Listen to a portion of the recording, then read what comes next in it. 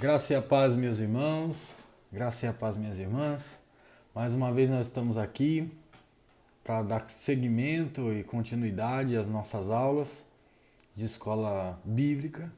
Que Deus possa continuar te abençoando, que Deus possa continuar instruindo você e que as nossas aulas venham contribuir para que isso aconteça. Nós estamos indo para a nossa lição de número 14, 15, deixa eu ver aqui certinho. Nossa lição de número 14 é que nós vamos falar de João 15, 16, né? Eu espero que a gente consiga falar de tudo isso. Da outra vez que eu propus falar de 2 capítulos, não consegui. Mas dessa vez eu vou tentar seguir o script da lição e provavelmente a gente consiga. Mas se a gente não conseguir, a gente faz um panorama na próxima aula e retoma alguns assuntos, se ficarem alguns assuntos pendentes. É um texto interessantíssimo, uma metáfora importante que está no capítulo 15, mas eu espero que antes da gente iniciar propriamente dita lição, eu quero orar com você para que Deus continue com você, nos abençoando. Quero me solidarizar se porventura tem alguém passando por dificuldade de enfermidade, se tem alguém porventura contaminado com Covid, que Deus te anime, que o Senhor te fortaleça. Se você tem alguém que está passando por isso na sua família, que Deus continue cuidando de você, que você seja capaz de animar essa pessoa que está aí com você e que a bênção de Deus seja sobre você e sobre toda a sua família. Então eu peço a você que, se possível, ore comigo neste momento. Querido Deus, no nome de Jesus, nós te agradecemos pela vida, pelo dia de hoje, pelo privilégio de estar aqui falando aos meus irmãos, pelo prazer de comunicar a palavra de Deus, pelo desejo ardente que temos de aprender e dar sequência nos nossos estudos. Que o Senhor nos ajude, que essa palavra possa alimentar o mais profundo da nossa alma, que essa palavra venha instruir-nos para que nós venhamos melhorar como ser humano, que nós venhamos melhorar como cristãos, que nós possamos ser de fato pessoas que estão contribuindo para a nossa família, para a nossa sociedade, para aqueles que estão à nossa volta. Que nós venhamos ser pessoas que comunicam vida para a glória do Teu nome, Jesus. Que o Senhor, por meio do Teu Espírito, abençoe a todos os meus irmãos que me ouvem, os que são os meus irmãos, os que serão, e de uma forma especial a sua bênção alcança qualquer pessoa que estiver me ouvindo neste momento. Que o Senhor esteja conosco, no nome de Jesus. Amém. Esse texto que nós vamos ler, ou propriamente dito, o começo do capítulo 15, ele é um texto conhecidíssimo. E ele é um texto muito interessante pela metáfora que é usado, que é a metáfora de uma árvore. E aí cada pessoa, como Jesus está dizendo que Deus e Jesus é um e que tem funções distintas, ele vai dar uma lição para nós nesse texto. Então eu peço que você, se puder, abra sua Bíblia comigo no capítulo 15 do Evangelho de João e leia comigo. O texto bíblico diz assim, na minha versão: Eu sou a videira verdadeira e meu pai é o lavrador. Toda a vara em mim que não dá fruto atira, e limpa toda aquela que dá fruto, para que dê mais fruto. Vós estáis limpos pela palavra que vos tenho falado. Estais em mim e eu em vós. Como a vara de si mesmo não pode dar fruto, se não estiver na videira, assim também vós, se não estiverdes em mim, se não estiverdes em mim. Jesus está afirmando mais uma vez: Eu sou a videira verdadeira, vós as varas. Quem está em mim e eu nele, esse dá muito fruto, porque sem mim nada podeis fazer. Se alguém não estiver em mim, será lançado fora, como a vara, e secará, e os colhem e lançam no fogo e ardem. Se vós estiverdes em mim, e as minhas palavras estiverem em vós, pedireis tudo o que quiserdes, e vos será feito. Veja a ligação que Jesus está escrevendo, inicialmente dizendo que o pai é o lavrador, ou seja, aquele que cuida da videira e dos seus ramos, mas ele também faz uma ligação para dizer que ele é a videira verdadeira e que nós somos os ramos que estão ligados nessa videira. É importantíssimo a gente perceber isso, porque na lição anterior nós dissemos que Deus, a partir de Jesus Cristo, ou na relação que temos com Deus, na a pessoa de Jesus, ou a pessoa de Deus, ou a pessoa do Espírito Santo, tem essa intenção de demonstrar para nós que o que ele quer é estar dentro de nós, né? Então, quando ele diz aquele que faz a minha vontade, aquele que crê em mim, ele vai dizer lá no texto que viremos para ele, né? Me manifestarei para ele e faremos nele morada. É muito lindo você pensar isso, também pela ótica da videira, porque a relação entre a videira e os ramos é de fato essa ligação tão profunda que a gente consegue distinguir ramos de videira, porque a gente vai do tronco da videira, porque a gente vai tentar de alguma forma dar nomes, né? Mas uma coisa não é sem a outra, né? Porque se você analisar, se a gente cortar a videira e deixar só o tronco, por mais que aqueles ramos foram jogados fora, vai nascer outros, né? Se você analisar, de forma alguma também os ramos são sem a videira. Então é uma coisa tão interessante essa metáfora, porque é como se a gente tivesse parte do organismo. É uma coisa que não é sem a outra. Ou seja, a videira é composta de ramos e do seu tronco. Então não há uma coisa sem a outra. Então, essa é a parte interessante, porque Jesus está dizendo, olha, vocês e eu vamos estar ligados sempre a partir da ótica da videira. Então eu preciso perceber que essa a intenção que Jesus quer fazer a partir dessa relação de discipulado, em que a gente venha a ter um relacionamento com Jesus e que a gente tenha essa ligação íntima, em que a presença do Senhor na minha vida, ela dê essa vida e a gente frutifique. Então veja que ele vai dizer no versículo no 5, eu sou a videira e vós as varas, e quem está em mim e eu nele, esse dá muito fruto, porque sem mim nada podeis fazer. Então, a relação de videira e ramos e galho é de fato esse momento em que a gente tem um alimento da parte da videira para que a gente frutifique. E veja que ele é interessante, que a figura da videira, ela não é a figura da jabuticaba que nasce em todo o tronco. Mas a videira, ela é aquela que nasce no ramo, né? Ela nasce lá na ponta do galho. Então, é bem interessante porque ele está dizendo assim, quem tem que dar fruto é vocês, né? Eu dou a condição para que vocês frutifiquem, porém, o fruto é vocês que dão, que tem que dar. Então, é naturalmente uma coisa estar ligada à outra. Um tronco, uma videira saudável, com ramos saudáveis, naturalmente ela produzirá frutos. Então, a preocupação em frutificar, ela é uma preocupação genuína, porém, ela precisa ser vista de forma orgânica, natural, em que a gente consiga de verdade perceber essa fluidez da vida. Então, a gente não consegue, por mais que nós gostássemos de que isso acontecesse, alguns de nós talvez, de dizer assim, eu gostaria de ficar eternamente como uma criança, mas a gente não consegue impedir o nosso crescimento. Por mais que a gente não cresça tanto como alguns dos nossos amigos, mas a gente talvez desenvolva, né? A gente fica adulto e isso é algo orgânico, natural do ser humano. Então, na relação entre videira e ramos é a mesma coisa.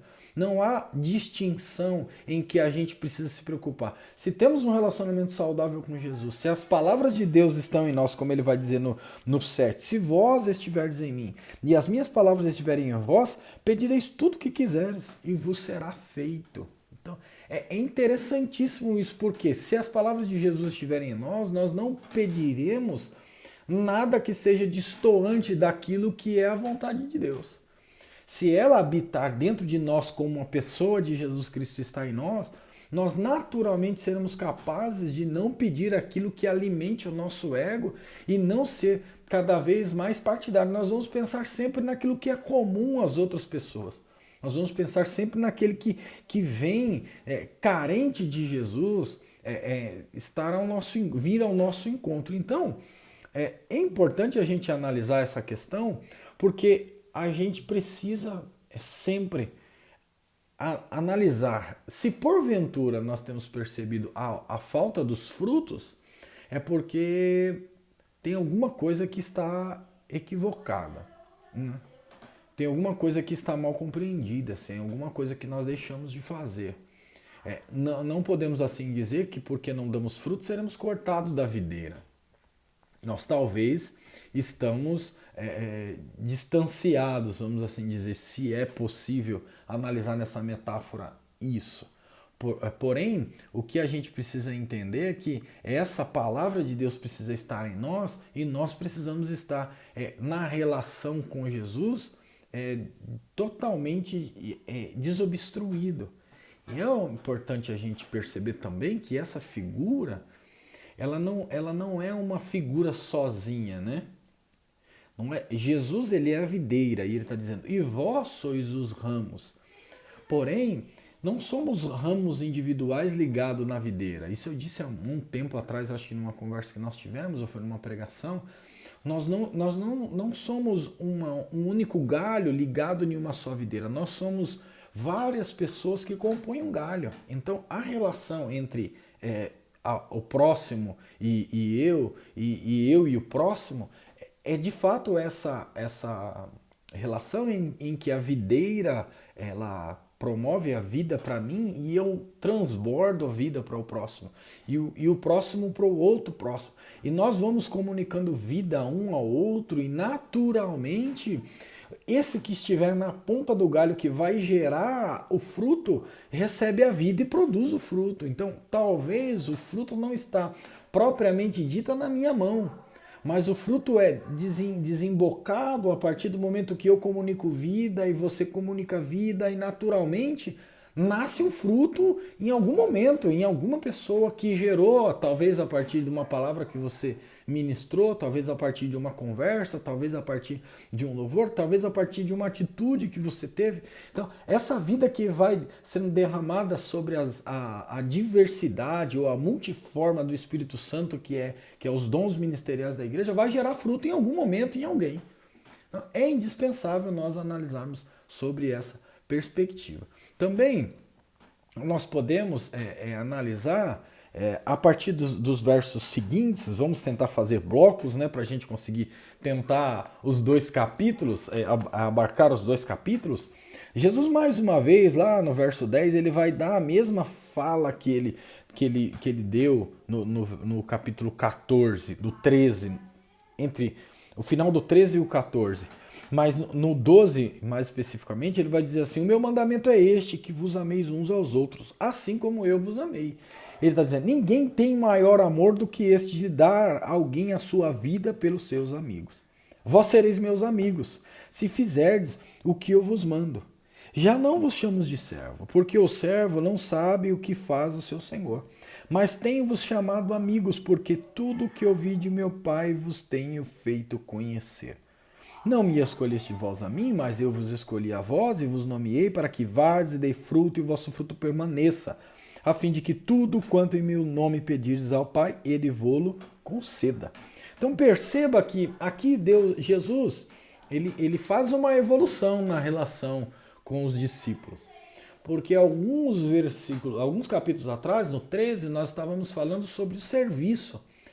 Não quer dizer que um amigo não serve o outro. O que quer dizer é que Jesus não tem essa relação com os seus discípulos na lógica de servo.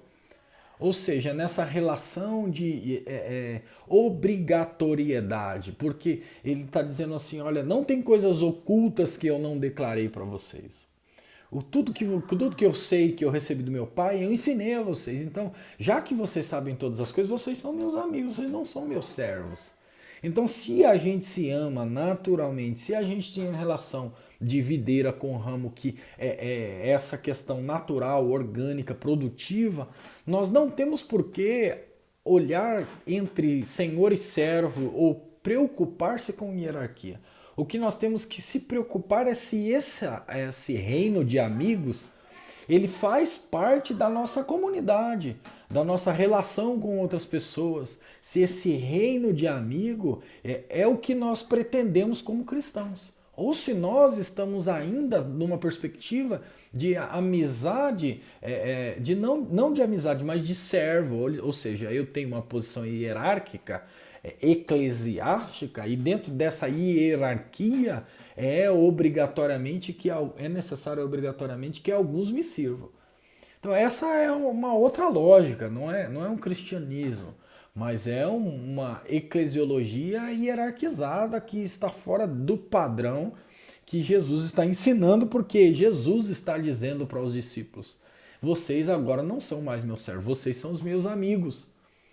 Por quê? Porque eu dou a vida para os meus amigos. Veja a relação de profundidade que tem aqui nessa fala de Jesus. Mas na sequência, Jesus vai falar sobre o ódio e sobre a perseguição que as pessoas terão em relação aos seus discípulos. E ele vai dizer assim, a partir do verso 18: se o mundo vos odeia, sabeis que primeiro do que a vós me odiou. Se vós fosseis do mundo, o mundo amaria o que era seu. Mas porque não sois do mundo, antes eu vos escolhi do mundo, por isso é que o mundo vos odeia. Lembrai-vos da palavra que vos disse: não é o servo maior do que o seu senhor. Se a mim me perseguiram, também vos perseguirão a vós. Se guardaram a minha palavra, também guardarão a vossa. Perceba uma relação que é indispensável a gente relacionar. Primeira coisa aqui que tem nesse versículo que a gente precisa entender, o texto vai dizer: vocês não são do mundo. E aí fica numa coisa de extraterrestre, né? Parece. Mas não é essa relação. E também não é essa relação de que, ou seja, nós precisamos criar essa barreira, né, que vem sendo criada há muito tempo entre a igreja e o mundo, né? Ou qual é a diferença dos cristãos que são seres evoluídos do mundo caído e nas garras de Satanás. A relação não é essa. Não deve ser feita esse tipo de dicotomia. O que precisa ser pensado é que nós temos um texto que ele está dizendo assim que Jesus ele nos redimiu do mundo. Na verdade, é porque a palavra de Jesus está nos discípulos, é que as pessoas não gostariam deles. Porque uma vez que Jesus foi perseguido, essa... Mais uma vez, deu um tapa no filme, meus irmãos, me desculpe. Mais uma vez que eles estão falando isso, ele está dizendo: olha, já que eu sou, ou eu fui perseguido, é óbvio que vocês também serão. Então, se a gente olha nessa perspectiva, não tem como nós entendemos que nós não podemos dizer que nós não sofreremos, que nós não padeceremos por evangelho, que nós teremos uma vida sem tribulações, sem problemas, porque se Jesus teve, ele está dizendo, não é o servo maior que o seu Senhor, nessa perspectiva, dizendo, se o Senhor Jesus teve, por que nós vamos desejar essa vida superior, né? Para alguns que lembram da música de 1989, 90, eu não tinha nem nascido ainda, brincadeira. Existia uma música que dizia assim que Jesus tornou-se pobre para que eu fosse rico, né? E não é essa a relação. Jesus não veio morrer para colocar a gente numa posição elevada até a ele mesmo. Já que ele sofreu, a gente não vai sofrer. De forma alguma. Jesus está dizendo assim, já que o povo me odiou, vai odiar vocês também. Vocês estão dentro do mesmo pacote de pessoas que serão perseguidas, de pessoas que serão odiadas pelo mundo, de pessoas que as pessoas de alguma forma terão aversão ou criarão uma perspectiva inadequada a respeito dos cristãos, porque haja vista os cristãos do primeiro século, o cristianismo primitivo, foi acusado de diversas coisas que nunca aconteceu, como por exemplo a Eucaristia, por dizer que eles comiam a carne e o sangue, né, de Cristo, e porque eles ficavam em alguns momentos das perseguições escondidos dentro de cavernas, dentro de túneis e tantas outras coisas, falavam que eles tinham um ritual secreto de canibalismo. Então essa é uma blasfêmia, não, uma mentira a respeito dos cristãos, uma calúnia que inventaram por perseguir os cristãos, por odiar os cristãos em alguns momentos. Então é fato isso que Jesus está dizendo. Já que eu sofri, e a gente tem que olhar pela outra lógica, se Cristo sofreu, por que nós desejaríamos uma vida superior à de Cristo? É indispensável a gente pensar sobre isso. E aí no 20 e no 21 ele vai dizer assim, o 21, mas tudo isso vos farão por causa do meu nome, porque não conheceram aquele que me enviou. Então perceba que ele está dizendo assim, olha, já que o povo não conhece a Deus e vocês estão pregando o amor como o caso de Cristo, Cristo foi perseguido de fato, sem ter problema nenhum, sem ter causado mal a ninguém, sem ter feito nada. Jesus passa a ser perseguido por aqueles que não queriam perder as suas funções religiosas, uma vez que Jesus vinha criticando todo o judaísmo de então.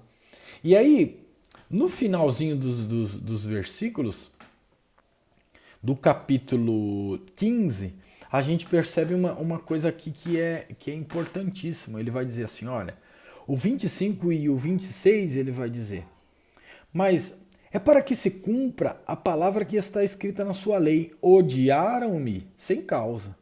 Mas quando vier o Consolador, que eu da parte do Pai vos hei de enviar, aquele Espírito de verdade que procede do Pai, ele testificará de mim. E vós também testificareis, pois estivestes comigo desde o princípio. Então ele está dizendo, olha, vocês vão ser perseguidos, é fato.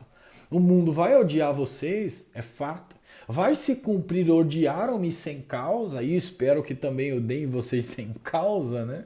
Porque às vezes somos odiados porque tem motivo para que as pessoas nos odeiem, né? Porque às vezes nós somos preconceituosos, porque às vezes nós somos esses que colocam paredes, né, entre a gente e o mundo, porque isso é do mundo, isso a gente exclui as pessoas dos nossos vínculos porque eles são mundanos e nós somos cristãos puro sangue, vamos assim dizer. Então é uma forma que nós precisamos pensar como é que nós estamos relacionando-se com isso, com as pessoas da nossa família, com os nossos amigos, e saber se talvez nós não estamos pensando nesse exclusivismo, entre aspas, cristão, criado por nós, dizendo, olha, são do mundo e nós somos cristãos, e não estamos acolhendo as pessoas para que a partir da relação as pessoas se convertam ao cristianismo. Mas é fato que nós precisamos agora pensar sobre,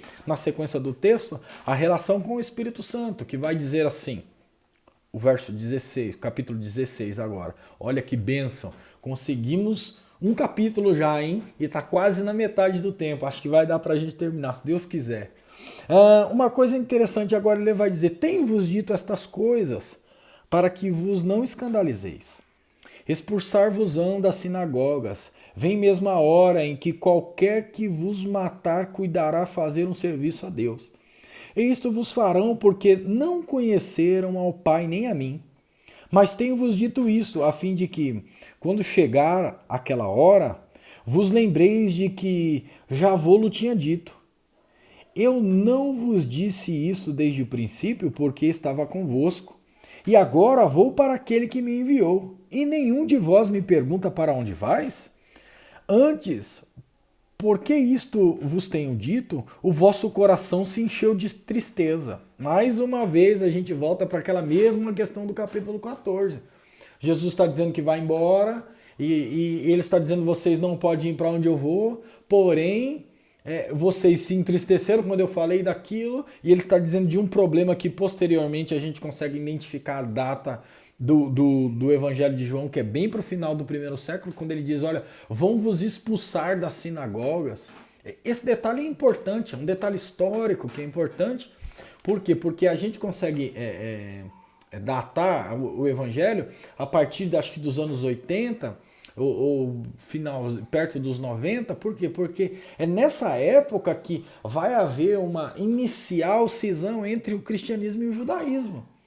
Porque até então tudo acontece de forma fluida, vamos assim dizer, sem barreiras.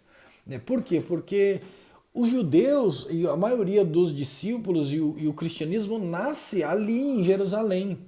Tanto que a igreja de Tiago, que é a igreja de Jerusalém, ela é essa igreja judaica. Então, o judaísmo, costumes judaico e cristianismo estão muito enraigados, entrelaçados. E aí, esse momento em que ele está dizendo, vão vos expulsar das sinagogas, é o momento em que os judeus de verdade põem os cristãos para fora. E aí a gente tem uma nova significação, para que uma nova ressignificação, para que as coisas passem a ser agora cristãs e judaicas. Então, daí para frente a coisa começa a modificar, claro que de forma gradativa. Então, por isso que é legal a gente falar sobre isso, porque eles vão começar a expulsar vocês da sinagoga. E aí a gente começa a identificar o que acontece mais ou menos dentro dessa data.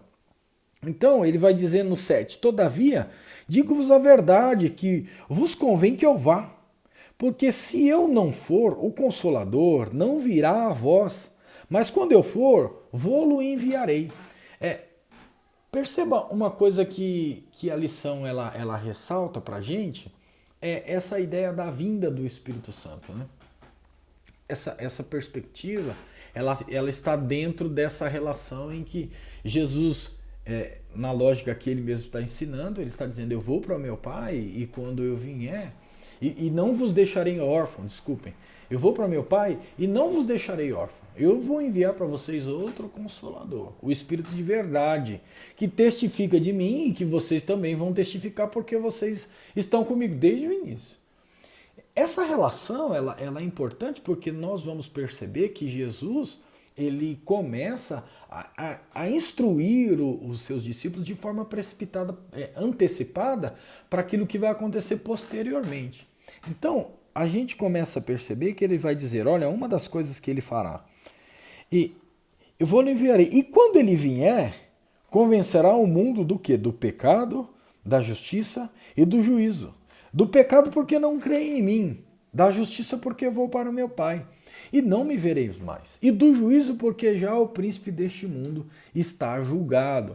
Então, aqui há essa relação em que uma das funções, além de consolador, é que ele terá essa função de convencer, né? Essa relação é muito interessante, porque ele vai fazer com que a gente seja convencido do pecado, da justiça e do juízo.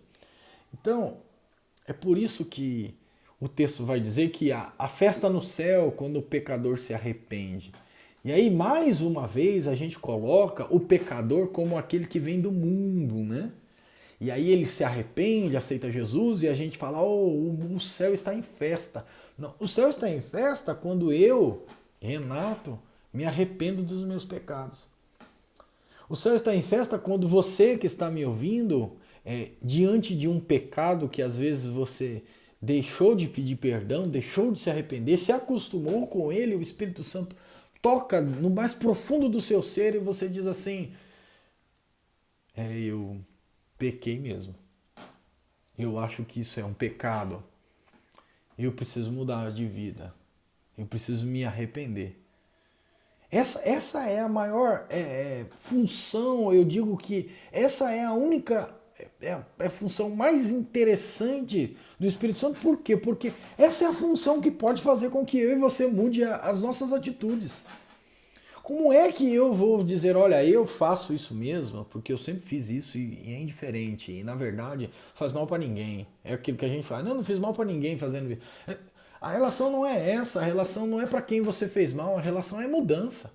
Não fazendo mal para os outros, fazendo mal para mim mesmo, fazendo mal para o que quer que seja que está dentro da nossa cabeça para justificar, a coisa mais linda é quando a gente é convencido. E não é convencido por causa do tamanho da coisa errada que a gente fez, é convencido pela obra do Espírito Santo. A partir do momento que você põe a sua cabeça no travesseiro, ou quando você dobra o seu joelho para orar e você diz assim, acho que está na hora de eu mudar de vida, não é? Não, ninguém te esculachou, ninguém ficou te dando sermão, ninguém nada. Você simplesmente olhou e o Espírito Santo te convenceu. Então, quer seja uma pessoa que venha do mundo, quer seja uma pessoa que foi e está voltando, quer seja eu, quer seja você, se arrependeu do pecado, o céu está em festa. Se arrependeu do pecado, por meio da ação graciosa do Espírito Santo, o céu está em festa. Então, essa é uma dessas funções. Outra função que está no 12 até o 15 é que ele é o nosso guia. Mas quando ainda tenho muito que vos dizer, mas vós não podeis suportar agora. Mas quando vier o Espírito de verdade, ele vos guiará em toda a verdade, porque não falará de si mesmo, mas dirá tudo o que tem ouvido, e vos anunciará o que há de vir. Ele me glorificará, porque há de receber do que é meu, e vô-lo há de anunciar. Tudo quanto meu Pai tem é meu, porque por isso vos disse que há de receber do que é meu, e vô-lo há de anunciar. Perceba, é interessante ele dizer, e vos guiará em toda a verdade. Se a gente voltar lá atrás, a gente no capítulo 14, a gente vai analisar que essa verdade é a relação, né, com Cristo, a partir daquilo que o Cristo nos revela. E essa revelação, ela vem na pessoa do Espírito Santo que nos convence em ter uma relação com Cristo. Então, quando ele nos guia, ele nos conduz a Cristo, Cristo nos conduz ao Pai, e essa relação pericorese, né, da pericorese da Trindade, ela é linda. Essa performática, né, vamos assim dizer, como que se um mostrasse a face do outro, é uma coisa extraordinária, porque um guia para o outro, e essa é a função do cristão como guia, não é guiar ninguém a si mesmo, é guiar alguém para Cristo, né? Então, nós somos aquele sinal, eu deveria ser a placa, não é? Vamos assim dizer, que estou sempre apontando para alguém, isso daí está errado ou está certo, por quê? Porque Cristo, né? Por causa de Cristo, porque Cristo disse que não deveria, porque Cristo disse que deveria, porque o caminho que Cristo nos conduz é esse caminho. Então nós somos também, na pessoa de cristãos, guiados pelo Espírito Santo, guias. E o Espírito Santo como guia é aquele que vai nos conduzindo a Cristo. Então essa relação é aquilo que a gente vem tentando dizer, que um mora dentro do outro, né, e viremos para ele, faremos nele morada, é a mesma relação em que nós entramos nessa dança, em que um mostra a face do outro, né?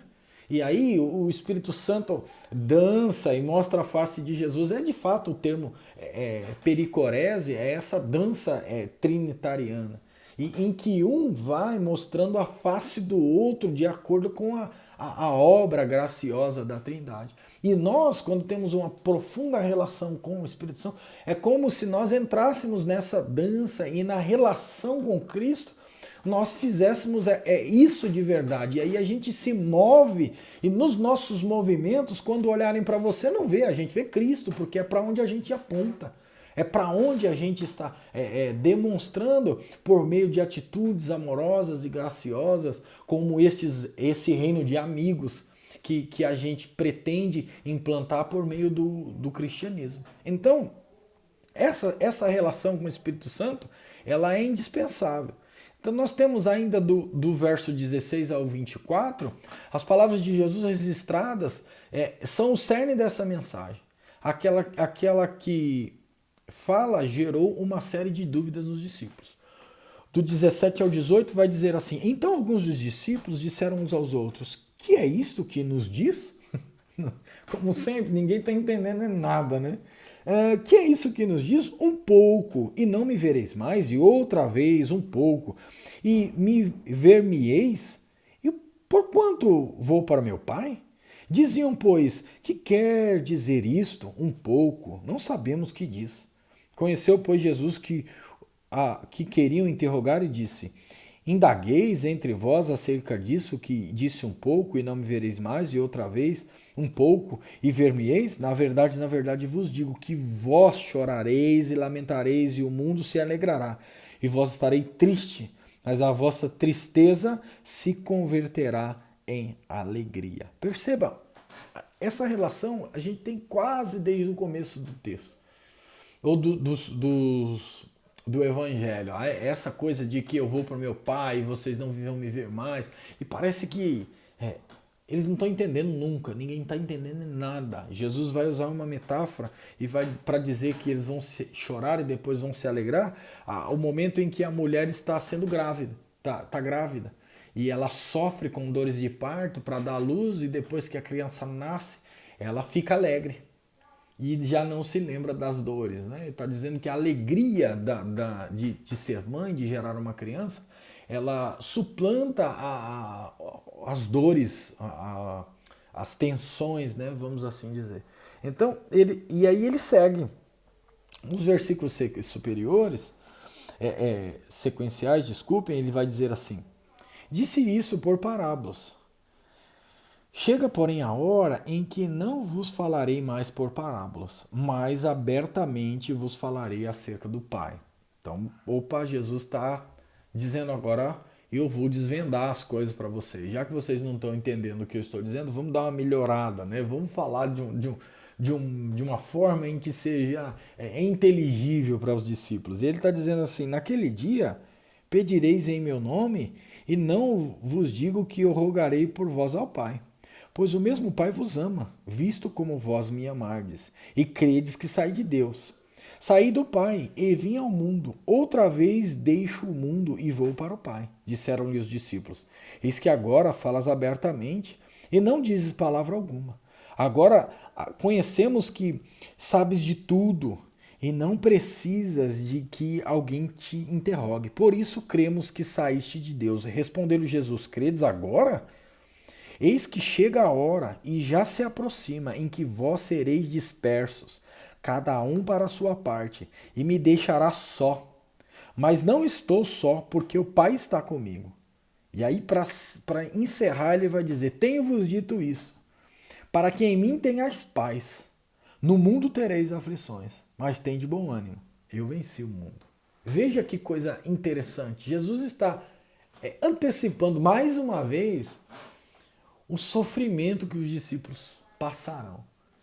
Jesus está dizendo mais uma vez, vocês agora estão dizendo, vocês estão crendo mesmo, mas já que vocês creem, vocês vão me abandonar. Vai chegar um momento, ele está dizendo lá no verso 32, que cada um vai para a sua parte e me deixará só. Veja que interessante, mas espera aí, já que vocês estão entendendo, vocês precisam saber que vocês não podem me deixar só, mas vocês vão me deixar só. Mas aí ele termina, né? E tenho-vos dito isso para que em mim tenhais paz. No mundo tereis aflições, mas tende bom ânimo. Eu venci o mundo. É indispensável a gente perceber que nós não venceremos o mundo e dizer que vencer o mundo é não passar por problemas é complicado. Porque não é isso que Jesus está dizendo. Jesus está dizendo, olha, vocês vão ter problemas no mundo. Vocês vão ter dificuldades no mundo. Vocês serão afligidos, vocês serão odiados, vocês passarão por diversas questões. Mas ele está dizendo, vai ter lá um consolador que eu vou enviar para vocês. Vai ter um guia também que eu vou enviar para vocês, que é a mesma pessoa que vai fazer vocês lembrarem das coisas. Ele vai convencer vocês do pecado, da justiça e do juízo. Então vocês não estarão só. Uma vez que vocês tenham me deixado só, eu sei, não tem problema, mas eu não vou deixar vocês só. Eu vou enviar outro consolador. E esse vos dará a minha paz. É essa paz que ele está dizendo, para que tenhais paz. Porque no mundo vocês vão ter aflição. Então ele está dizendo, não é que não passarão por aflição, é que vocês vão ter paz em meio à aflição. Porque o problema não é a aflição, o problema é o descontrole face à aflição. O problema é o desequilíbrio diante da aflição, porque aí a gente vai de mal a pior. Uma vez que a gente tem paz, a gente consegue tomar as melhores atitudes ou as melhores decisões frente aos problemas da vida. Uma vez que a gente tem paz, a perseguição, a aflição, aquilo que faz, em algum momento, talvez a gente estar só, ser deixado sozinho, ser talvez abandonado por qualquer motivo que seja, a gente vai ter paz, porque no nome de Jesus nós teremos um Consolador que vai nos consolar diante das aflições. Mas tem um detalhinho aqui, ele está dizendo, tem de bom ânimo. Isso daqui é algo que precisa brotar diante da nossa fé, precisa brotar diante daquilo que nós estamos dizendo. Agora nós cremos que o Senhor veio de Deus e que vai para Deus. Agora nós estamos entendendo tudo. Tá entendendo tudo? Então tenha ânimo. Está entendendo a mão de Deus agindo? Então tenha ânimo. Não está entendendo que de fato o que está acontecendo, mas precisa se perceber que há necessidade de procurar ânimo, porque sem ânimo a gente não segue adiante. Sem ânimo a vida não continua. Sem ânimo as coisas não caminham. Então que o Senhor Jesus possa nos animar. Que o Senhor Jesus possa nos dar paz. E que o Senhor Jesus nos faça desfrutar da experiência desse que é o nosso guia, esse guia que nos consola, esse guia que está em nós, esse guia que nos convence e que a partir daí nós sejamos capazes de fazer com que a gente tenha uma relação de amigos, uma comunidade de amigos. E a nossa comunidade de fé não seja uma comunidade hierárquica pautada em obrigatoriedade de servo e senhor, mas seja uma relação amigável em que nós percebemos o amigo precisando do que quer que seja, mas nós vamos lá e estendemos a mão. Geramos paz em meio à aflição. Geramos esse consolo em meio à aflição. Que seja essa a nossa comunidade e que seja essa a videira que nós estamos regando na relação em que nós vamos comunicando vida às pessoas que estão à nossa volta. Que Cristo possa gerar essa vida em nós. Vamos orar, meus irmãos. Querido Deus, no nome de Jesus, te agradecemos, Senhor, por esses minutos que passamos juntos comunicando a sua palavra. Que o Senhor esteja conosco. Que a tua presença toque fortemente aos nossos corações. Que o Espírito Santo nos convença dos nossos pecados. Que o Consolador console-nos face aos problemas e adversidades da vida. Que o Senhor nos dê ânimo, que o Senhor nos dê paz e que nós venhamos ser capazes de vencer na vida, Senhor. De suportar a aflição, de suportar as divergências e seguir adiante, Pai. Olhando para ti, Senhor, que é o nosso autor e consumador da nossa fé. Que o Senhor te abençoe, que o Senhor te guarde, que o Senhor faça resplandecer a luz do seu rosto santo sobre mim, sobre ti, e te dê dessa que há muita paz. Prazer estar com você mais uma vez e que nós venhamos nos ver em breve. Deus te abençoe e até breve.